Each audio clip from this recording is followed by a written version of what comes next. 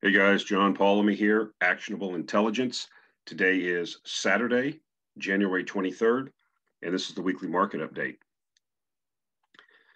So in this week's reality check, I'm going to answer a question I think that has been on a few people's minds. I've gotten a couple emails / DMs and Twitter.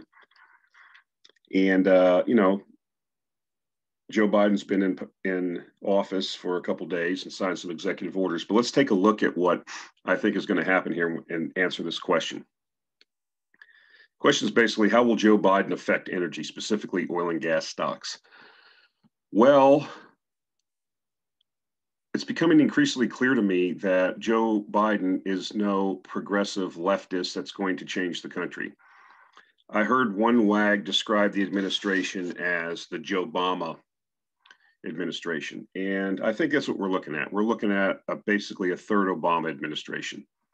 Quite frankly, I did very well during the Obama administration. I don't necessarily agree with a lot of the social policies, but Obama and his administration was part of the neoliberal post-World War II,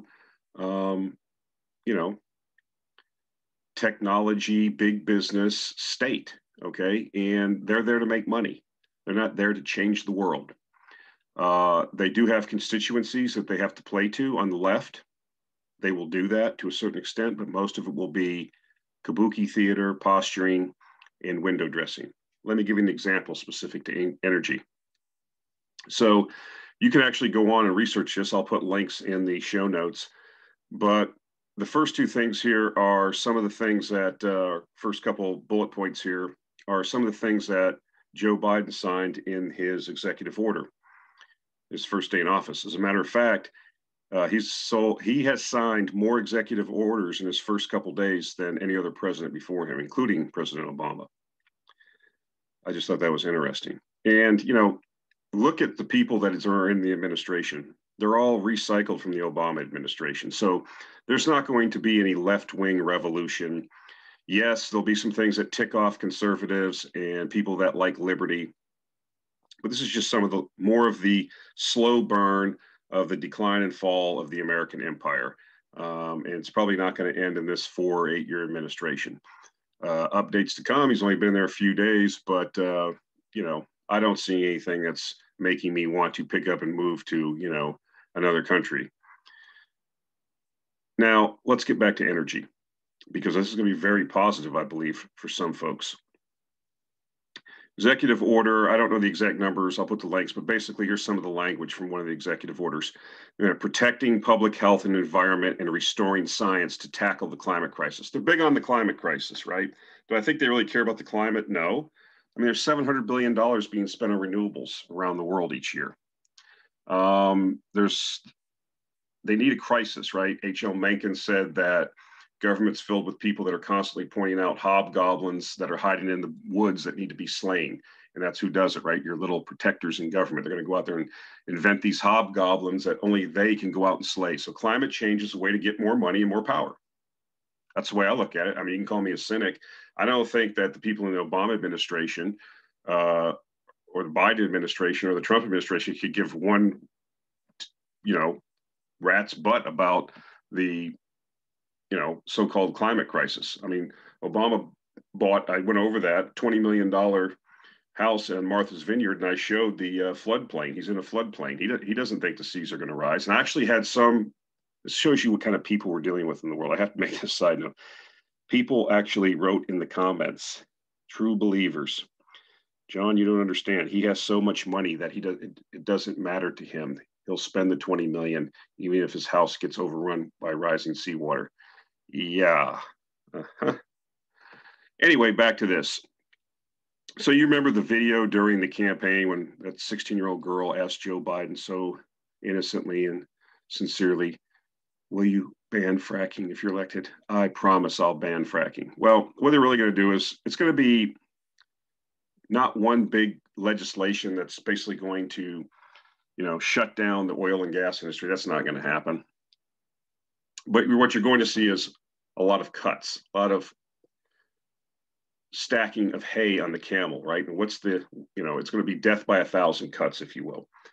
but it's not really going to be a death. What they're going to do is they're going to do some things like, oh, put some more regulations around methane and pollution controls and hassle the industry and go out and do more inspections and that kind of stuff. The other thing he did was, because that's, if you read in the executive order, big thing about reducing methane emissions in the oil and gas sector. Another one of the executive orders was protecting our air from harmful pollution, national emission standards for hazardous air pollutants. So they're going to go continue the war on coal and oil-fired electrical utility steam generating units. And I've talked about this before, right? One of the things you can do, even if a plant is making money and complying, they'll keep ratcheting down the levels, like for mercury or sulfur. I mean, they're to the point where they almost get undetectable. And you will actually be in a meeting with the state or the federal government, and you'll tell them, look, what you're proposing for a new rule over the next couple of years is not possible with the current technology that's out there. And they will tell you, well, go work with the industry and get the technology that you need. I mean, that's what they used to say, best technology available. So that's another thing they'll do. And then at some point, you know, it's diminishing returns, and then it's not worth the industry. This industry basically gets ratcheted down out of existence. It's not worth doing it. Or you convert, like I told the story of what Excel or Northern States Power did in the Twin City metro area, right? They had some old coal-fired plants, and they went to, you know, they used this type of legislation, and they just went and either converted them to natural gas, or they tore down the Highbridge plant, which was an old coal plant, and built a natural gas-fired plant. Well, that obviously lowers CO2 emissions, but it did other things for Excel and NSP. You know, when you're running a coal plant, you have this big coal yard, you have barge offloads or rail offloads, you have all these guys, you have 200 or 300 guys working there. Okay, if you have a natural gas-fired power plant, you probably have, you know, 1/4 of those guys. So now you don't have medical benefits to pay to union guys. You don't have pension benefits you have to worry about. So this is good for the companies also. And guess who pays for it? The company doesn't pay. The ratepayer, you pay. They're not going to pay for anything. You want it, you got it. So they go to the Public Utility Commission and they say, okay, the federal government is putting this new regulation. We obviously want to comply because we're good stewards of the environment, and we want to take care of our stakeholders, and we really get this. And it's going to cost $500 million. And the Public Utility Commission says, okay, $500 million, this makes sense, and tack on 10 or 11% for yourself as a profit margin. There you go. And then they pass it on to you, the client or the customer. You pay. They don't pay. So that's what will happen there. So that's fine. I don't see anything. You know, they canceled the Keystone pipeline. I don't see any announcements about stopping rail transport. That's what's happening now. There's some other pipeline expansions that are happening with the Enbridge. I'm not going to get into all that, but I think that you know, this is some of the window dressing. This thing wasn't, you know, getting built anyways, you know. So, or if it did, it's not that big of a deal, is what I'm saying. But yet they can go out and tell their constituents in the environmental part of their party that, hey, look at us, we're doing this. But I don't think they're going to cancel fracking. They can't do that on private land. But they can ratchet down the regulations over time. And I think if they tried to do some things even on private land or intercede even more into the state realms of the states like Texas or Oklahoma, the states are going to sue the federal government about, you know, it's to get tied up in court. So nothing's going to happen drastic is what I'm saying. It's going to be a slow ratcheting down. They suspended new oil and gas leasing and drilling permits on U.S. lands and waters for 60 days. I anticipate there will be some further reviews and some more, you know, they probably won't issue any leases, things of that nature. I believe, if I'm not mistaken, I may be mistaken. Maybe I didn't, you know, I'm not an attorney and I'm not a lobbyist, so I didn't read the legislation with a microscope. But I think if you already have leases issued to you, you can execute those. They're just not going to issue new ones. So basically, like I put this bullet point here, will basically be death by 1,000 cuts. And ultimately, None of these things individually are a death knell for the oil and gas industry in the United States, but collectively it's death by 1,000 cuts, and it will make marginal projects, not viable, and ultimately will have the effect of raising energy prices in the United States. Now, what does this mean? Well, there's plenty of other places to invest. This doesn't affect Russia. I've been a big bull on Russian oil and gas. I mean, the companies are very cheap. They're going to continue, as energy prices go up over time, which this won't hurt that. These type of policies won't hurt that. We're not going to have, I mean, what I'm trying to tell you is that, even during the Obama administration, we had a huge fracking boom. People forget that. Most of that happened during the Obama administration. And so these people are corporatists. They will basically smoke screen, obfuscate, and give little concessions and window dressing around the edges to keep their little constituencies happy. But in the end, if you give them money, they get in bed with you. That's about as blunt as I can put it. This will be great for certain oil and gas companies. So you'll have to be cognizant of where you're putting money, because even a lot of the states are not amenable to resource exploitation, which I will get into another slide later. And I've talked about before, if you're going to have this energy transition or whatever they're going to call it, Green New Deal, you still have to mine the stuff. I've said this and I'll say it again. It's almost one of my mottos. If you don't mine it or grow it, you don't get it. You can't will it and wish it to happen. So ultimately, I already am of the view that we're heading for an energy crisis in the world vis-a-vis oil and gas in the next couple of years.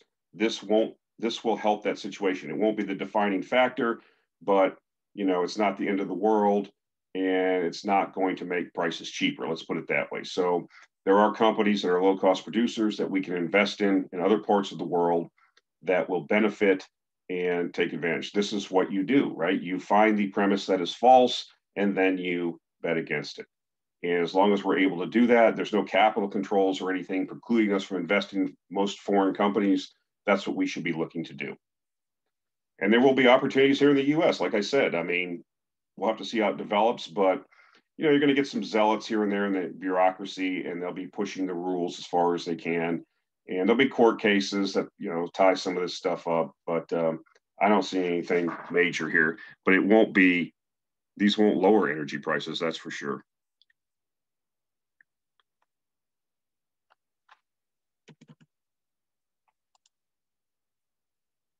Okay, this is oil markets are healing. These are inventories, total OECD, which is the Organization for Economic Cooperation and Development, basically the developed world. These are total petroleum inventories in millions of barrels. As you can see, the vertical chart on the right is millions of barrels. So that's like 3 billion, 2 billion, whatever, that dotted line going across the horizontal is basically a rolling average of what inventories have been for the last 5 years. And it's been about 2.9 billion barrels.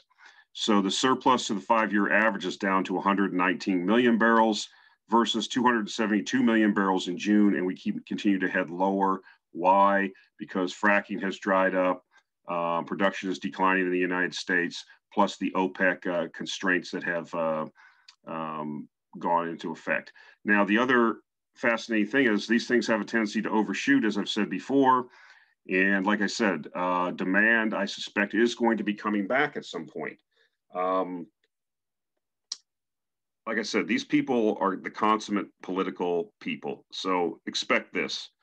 I mean, I'm just going to give you some anecdotal. Somebody told me the other day, I don't watch CNN, I don't have cable, but somebody told me they took the COVID death tracker off. You're going to see now Fauci's back in. He's already moderating some of his stance. The vaccinations. I forgot to put the chart up here. I should have. But as of, I think, yesterday, there's a COVID vaccination tracker. I mean, there's been over 50 million vaccines given around the world. It's going up, and the United States is like #1 so far in issuing vaccines. That's really been the key, right? Everybody's been telling us. So they want the DNC, the Biden administration, they want to look good coming out of this. So what are they going to do? Expect downplaying cases, downplaying things. You're already seeing, Mayor Lightfoot in Chicago, Mayor de Blasio. Yeah, we got to start maybe thinking about open bars and restaurants back up. You're starting to see you're starting to see the Overton window move, right? From Orange Man's out now, so now we need the economy to recover so that Biden can take credit for it, so that the Democrats can take credit. And I'm going to tell you right now that what I think is going to happen, thinking about this, with all of the money injected, with all of the money that has been injected and will be injected into the economy, with all the pent up demand, when they open this up, we're going to have a boom. I think we're going to have a pretty decent boom, and the economy is really going to take off. And I'll get into that later in another slide near the end of this presentation. But we are going to, this is kind of going to play out like I think. We're going to have a mini boom. It's going to be very inflationary. And it's going to be a crack up boom if you want to talk about it from Austrian terms, in my view, but we'll get into that later. And I think energy prices are the thing that's really going to be the kick in the shins on this whole thing. I'm expecting energy prices to climb. We're already at over $50 a barrel WTI. Inventories are coming down. Fracking is probably not coming back to the level that it was before. If you listen to what Art Berman has said on Macro Voices and even on his blog, depending on how many rigs they can get back going again and how fast investment comes back, I mean, we're going to see U.S. production continue to go down. And in the context of a recovering world economy, that's going to lead to higher energy prices, in my view. So this is positive for what we're trying to do. I mean, you see, like in late summer, it kind of peaked out, and then we've been, inventories have been getting worked down week to week.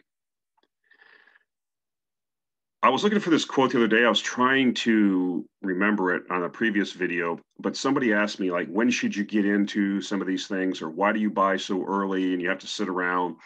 And Trader Ferg made a comment about something like this on a Twitter feed, that you have to buy when things, some people say, well, just buy after the initial move. Well, you miss a good chunk. And this is you can miss a good chunk of the move because a lot of the biggest part of the move is off the initial bottom, okay? The asymmetry. And you miss a lot of that by not buying. So you have to buy, get the conviction, do the research, get the conviction, and you might have to wait a year, 2 years, or 3 years. But coming off that bottom, that rock bottom, is where a big chunk of that juice is, and you want to capture it. So this is what Marty Zweig says. He's a famous investor. Actually, Mike Alkin used to work for this guy. It's interesting. Marty Zweig was one of my heroes. I used to watch Wall Street Week with Louis Rukeyser, and Marty Zweig was a frequent guest. He also had a book that I basically read about 28 times about investing. And this is what Marty says. It says, one of the frustrating things for people who miss the first rally in a bull market is that they wait for the big correction and it never comes.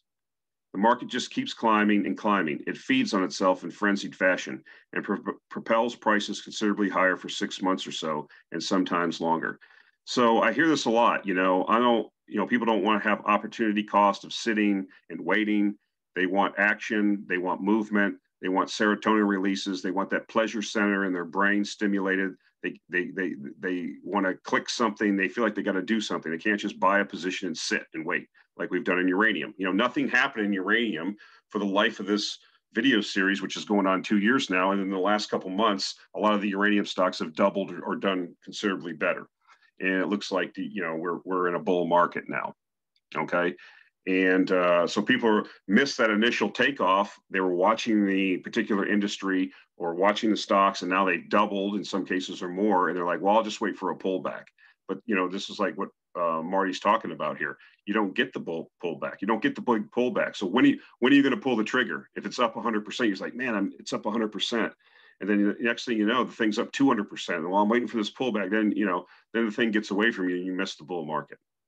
So a lot of people ask me, what do? I take positions when I have a conviction based on research, based on my thought process, and I've run it through my mind and I've run it through the ringer and I've tried to punch holes in it. I say, I'm convinced of this, that this is going to happen, i.e., let's use for an example, higher oil prices, which I was talking about for a long time. based on, you know, the cyclicality. It's a commodity. It's an extractive industry. You remember these conversations we've had. And, you know, some of these stocks just got beaten down. And so you got to buy them, you got to hold them, and you got to wait. And now, you know, some of these, you know, went nuts. And people are like, well, just wait for the pullback. Or they've DM, what do you think? Is it going to be a pullback? Yeah, I mean, things pull back in a bull market, but if it pulls back 5 or 10%, are you a buyer then? Or are you waiting for the big 50% correction? I mean, that's probably not going to come. So what do I tell people that are trying to put new money in? The bull markets are not over in these commodity stocks. They have been overbought up until, you know, recently. So what do you say? I'm not a market timer. I'm terrible at it. I'm the wrong person to ask. So if I have conviction on something, you know, and I have I'm going to allocate so much money to a position or to a theme, then, you know, do it in tranches, you know, take 25%, 20% of your dough and just buy a position. Now you're forced to track it. It's mentally in your mind. You've bought a position, you have your money in it, you're watching it. Then if there's a pullback, you can add to the position. At least you've got a position. You know, you can add, you know, tranches later on if it pulls back. You know, things happen. Individual, you know, you could have a big day in the market down and it doesn't really affect, you know, you've seen that many times. You're like, why is the stock going down? There's no reason. You should just buy it. Now you've got cash set aside. You can do that. Or you can, you know, go 30% or 50%, whatever you're comfortable with doing. But just sitting there as this bull market continues away from you, waiting for the big pullback because you didn't want to sit and wait on the, you know, for the initial liftoff, well, then you've made 2 mistakes now. So I just wanted to, you know, I found this quote. I thought it would be interesting for people to see because I did talk about it in the past. Found this out there. Look, guys, this is amazing. I don't know if you remember, even before COVID, back last year or 2 years, around 2019, I used to put up the track central bank easing versus tightening, and the Council for Foreign Relations is an excellent website that shows that. But this was a tweet that I saw, and it just shows, you know, the years and then the number of central banks easing policy, number of central banks tightening, the net, and then the net policy. I mean, can 2020 be exceeded? I mean, 93 central banks were in easing mode. I mean, that's just crazy. And then, you know, people are like, well, we're not going to have inflation. I mean, what are you talking about? I mean, it's crazy. I mean, you're going to have inflation in the world. It's just going to happen when you have this many central banks just, you know, creating fiat currency ad infinitum. And I just thought this was very interesting because it just makes these points. I mean, it's just visual. I mean, look at the past. I mean, this is like a factor that, I mean, this is crazy. So something to keep in mind. This was a tweet, little infographic from Crux Investor on Twitter. You know, my major theme, I'm kind of adopting this phrase for my theme going forward during the Biden regime and basically probably the decade of 2020s. Heads I win, tails I win more. You know, this energy transition, Green New Deal, electrification of the economy, whatever the buzzwords are being used, is going to happen. You know, somebody tells me, well, you know, somebody wrote me and they said, John, electric vehicles just aren't economical. I know that. I'm the one that told everybody that. I've been talking about that. I'm not the only one. It doesn't matter. There's 2 ways for a new technology to get implemented. It can undercut and provide more value than the technology it's disrupting, or it can just be foisted upon people by government fiat. You know, they could just say, you know, that's what they're doing. We are going to, no more internal combustion engines powered cars will be sold in this state by X date. Well, we will give, you know, cash incentives for you to buy electric vehicles. You see how this works? It doesn't have to matter. We've got to get out of the mindset, guys. I'm going there again. I don't like the policy. Well, it doesn't matter if you like it. This is what's going to happen. You know, you're required as an investor to make positive returns. You're not a policymaker. If you want to become a policymaker, make $1 billion, trade this stuff, and then become, you know, lobby Congress and become, you know, create a think tank in Washington, D.C. Right now, what we have to do is look at the world for the way it is, not the way we want it to be. And the way it is everybody's going nuts for these EVs and this electrification. And there is insufficient metals and materials to enable it. Look at this. This is an infographic. I mean, I don't know. This source is Bloomberg, but just even if these are close, look at this. I mean, demand increase in precious metals and materials between 2019 and 2030 for electric cars. You'll need 14 times more nickel in the next 10 years, 9 years, or 19 years. You're going to need 14 times more aluminum. Okay, it goes down the list. 10 times more copper. That's just for electric car demand. What about everything else? Just normal civilization. You know, one of my theses is it doesn't really matter if they do it or not. Heads, I win because oil and gas is still going to be in demand. And because they're constricting the supply by regulation and by perception, the price of oil and gas is going to go up. If it doesn't, and they keep pushing more and more of the electrification, tails, I win even bigger because guess what? If you don't mine it and you don't grow, or you don't grow it, you don't have it.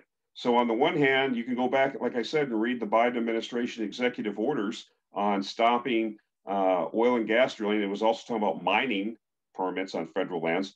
If you're going to stop everybody from mining these materials, how are you going to have the electrification of the economy? Okay, so what I'm trying to tell you is that you've got to look at things the way they are, and there's a tremendous amount of opportunity.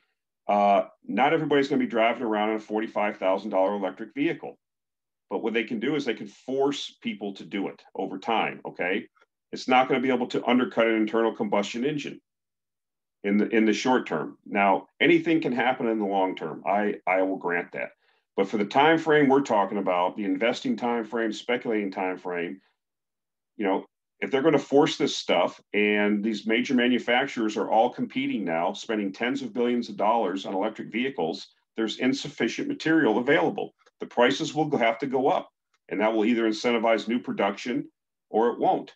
But in the meantime, that's a lot of scratch that we can, you know, call out for ourselves. Again, heads I win, tails I win bigger, or I win both, which I think is going to happen. I think oil and gas prices are going to go up, and they're going to do this. Look at there's no way you're going to increase nickel production by 14 times. I mean, that's just crazy. The price would have to go through the roof.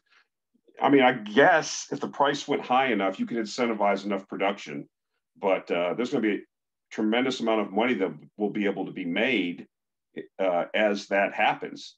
That's just not going to happen overnight. So these people are rushing to do it. These politicians are just issuing edicts with no idea about how you get from here to there.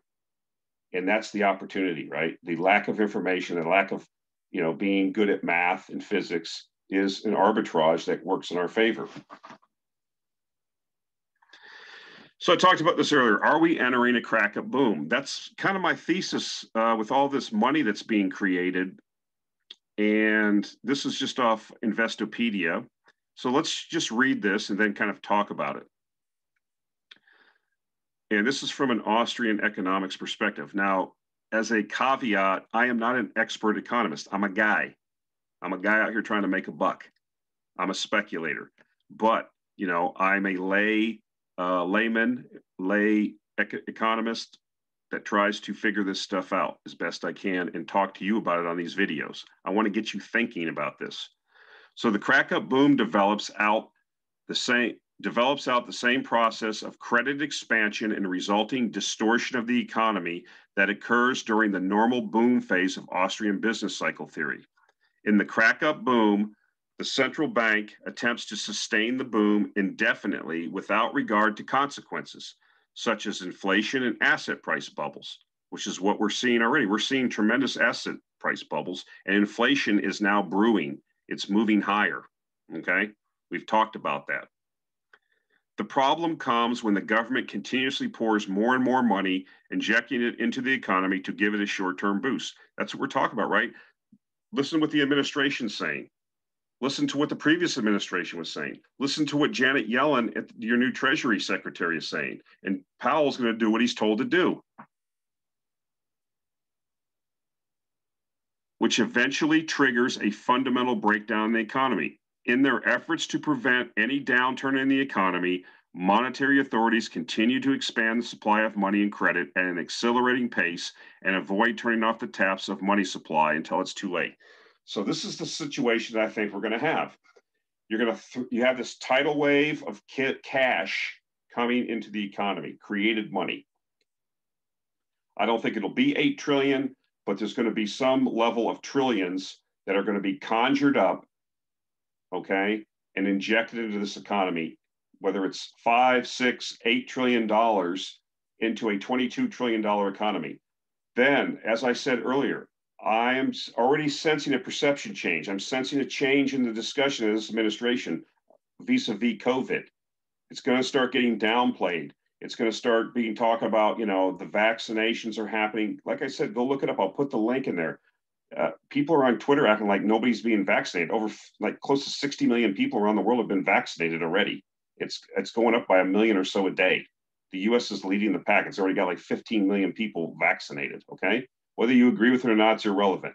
That's going to be the pretext, right? That's what the whole buildup of hope was around. We're going to vaccinate everybody, and then we're all going to be going back to normal, some form of normal. We're going to open the economy back up. If you open the economy, it's like building up all that brush, that dry tinder in that forest bed. That's all that conjured up cash. You throw the match of an opened up economy on that, okay? And people want to travel. People want to go visit. They want to go on vacations. They want to spend money. And wow, you have the possibility for a real fake boom based on all that conjured cash and that pent up demand and that animal spirits, if you will. Okay, and I think that's what you're going to get. And I think you're going to have tremendous price inflation, you know, by the end of the summer if they open the economy up. Going into the, you know, this time next year, people are going to be going, gee, what's going on? And then what's going to happen is what's going to put this thing in jeopardy is the bond yields are going to start going up. You've already seen that recently. As soon as they started talking up about this new stimulus, if you will, bond rates were going up because the bond market was going, wait a minute, you're just going to throw another 3 trillion, 4 trillion in there? Who's buying all this stuff?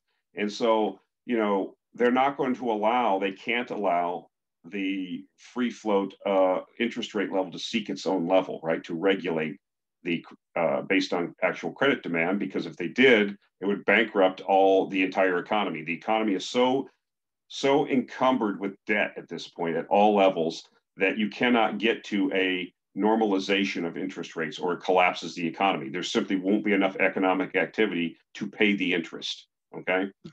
And so I think that's where we're heading. And I think one of the big catalysts is going to be, you know, I remember Jim Poplava, Financial Sense Online. I've recommended before. Several years ago when they went to the zero interest rates, you know, these masters of the universe, these PhDs, you know, thought they were regulating the economy by raising and lower interest rates at the Fed, right? Well, once you get down to zero or close to zero, what's the mechanism that they were going to use to regulate the economy?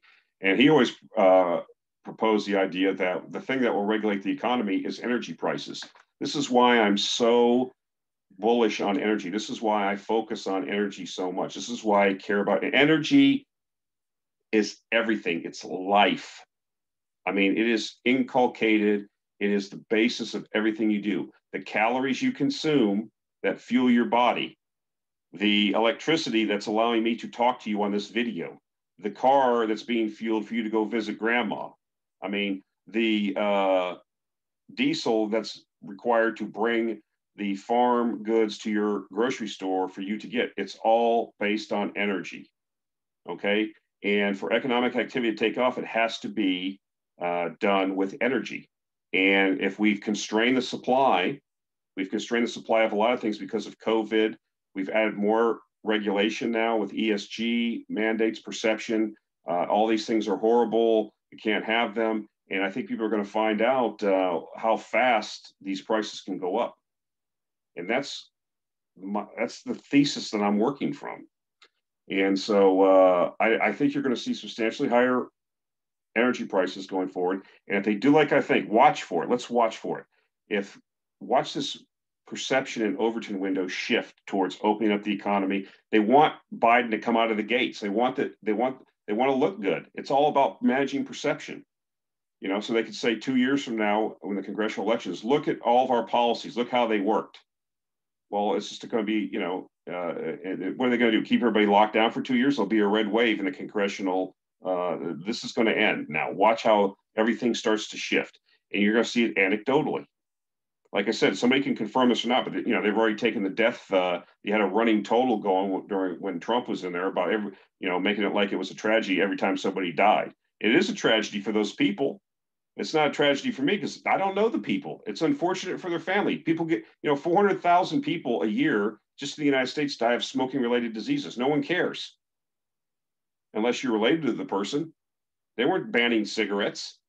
So I'm telling you, the media is going to get off the hype train now because they're in on this and they want this economy to recover. That's how I'm looking at it. So this is what I think is going to happen. And then if you do raise rates to contain the inflation, and they've already been talking about, we've talked about this, we've set the stage for all this, guys, in our discussions. Inflation has underperformed for a decade. We're going to let it run hot. I mean, they actually think they can pull the levers and push the buttons and control all this stuff. They have no conception of that it can get away from them. And that's what I think is going to happen. So understand what a crack up boom is, do some research, think about it. I've listened to the other side. Longer term, yes, technology and some of the other things that are happening in the world dynamically, long term are deflationary, okay? But in the short term, you can have short term situations where that's not the case, short and midterm. And I think that's where we're getting ready to enter. I mean, I just don't know how you stick several, you know, 6, 7, whatever it's going to end up being, $1 trillion into a $22 trillion economy, and you don't have a crack up boom out of that. I mean, we're having the asset price bubbles. They're everywhere. I mean, who cannot see them? And I think they go higher. You know, we're at a CAPE now, CAPE ratio, I talk about it all the time, of something like 34, which is historic, which basically, if you look at the research, says that you're going to have little or no returns or negative returns over the next 10 years with a big drawdown somewhere in there. But that doesn't mean it can't get worse. You know, Japan went to 100 times on the CAPE. You know, we're at 34. So things can get even weirder and stupider and crazier than you ever thought. Okay, I like to show any kind of good uranium charts that I find. Uranium supply has basically been strangled. I mean, this is crazy. Restricted supply. I mean, last year, you know, close to 70 million pounds projected this year for, I mean, just negative as far as the eye can see. And yet they're building more and more reactors. I mean, the uranium stocks have reacted for some reason. I hope it's just not, you know, the annual false start. It seems to be that, you know, things are tightening in the market, but we haven't really seen a reaction in prices. And I've said that before. You have to understand that. It's not like the oil market, right, where price action happens instantaneously. There's no, there are futures on, but there's no liquidity there. That's not a good price indicator. These things are done. These deals are done. There's usually non-disclosure agreements. The news eventually leaks out, but the price discovery on uranium is so slow. It's hard to, you know, get real-time information on what's happening.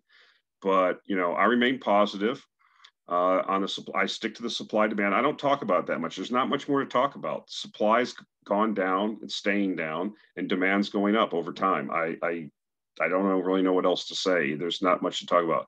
Yes, talking about individual companies can be productive. I suggest you seek out experts like, you know, Mike Elkin and his shop and guys like Justin Hune. I'm a generalist. I don't spend all day, every day looking at uranium stocks. I buy a basket, my research, and I sit there and wait, and it's done well. I'm not the expert on it. I'm looking at several things from a general perspective. What's cheap? And I try to learn enough knowledge about it to, you know, take a position. As we're finishing up here, I don't know if I get a certain amount of schadenfreude from this or what, but I like tracking this stuff. these politicians, I mean, are there really people? I mean, I guess I don't understand. You know, if you, they say if you want less of something, you should tax it, right? If you want less smoking, they raise the price of cigarettes, right? If you want, if you want less economic activity, you raise the price of it by taxing people. This exodus from New York State to Florida. I actually saw an article, I think it was in Bloomberg, that Miami is going to become the new financial capital of the United States, just because of these nutty policies and taxes and of these weirdos. I mean, here we go. New York State Governor Andrew Cuomo proposes raising the top income tax rate in the state from 10.8 to 10.86 from 8.82. So you got a state income tax and the top tax rate of 8.82 currently. He wants to raise it in 10. Remember, there's no state income tax in Texas currently. That'll change over the years, but right now there isn't. So New York City residents in the top income bracket would pay a combined there's city income tax there, and state rate of 14.7%. 15% of your income to live in New York City. That's why everybody's moving to Florida. That's why I talked about in a previous video, Goldman Sachs and some of these other shops are starting to move their operations to Florida. No one's going to sit around and just give 15% to these morons that, don't know what they're doing. Why would you? When you can pick up and leave. Capital goes where it's treated best. And I don't know. I mean, we can have this conversation about taxes and what they really mean and if they're moral to have. But I mean, we are talking about a 15% tax rate for city and state income taxes in the city of New York. No one's, people are going to haul butt out of there. I'm sorry. Why wouldn't you go to Florida? And so, yeah, I like watching these things. Same thing. And all the states are the same, right? That are these blue states. They don't do this in red states. And people say, well, the economic activity, well, we'll see over time, right? At some point, there's a tipping point and you get a mass exodus out. And, that's what part of this big bailout package or the stimulus package is for, is to help city and state local governments that have been affected by COVID. No, they were affected by COVID, but they were affected prior to that by their piss poor policies like this that got them into fiscal problems, placating municipal worker unions and all the other things, all these pension problems because of the mismanagement for decades. And this is part of it. You should be lowering taxes. You should be rolling out the welcome mat, where you have that twit bartender drove Amazon out of there. That was crazy.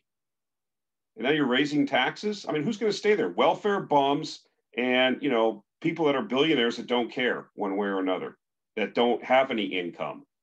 This is another thing that you stoops don't understand out there.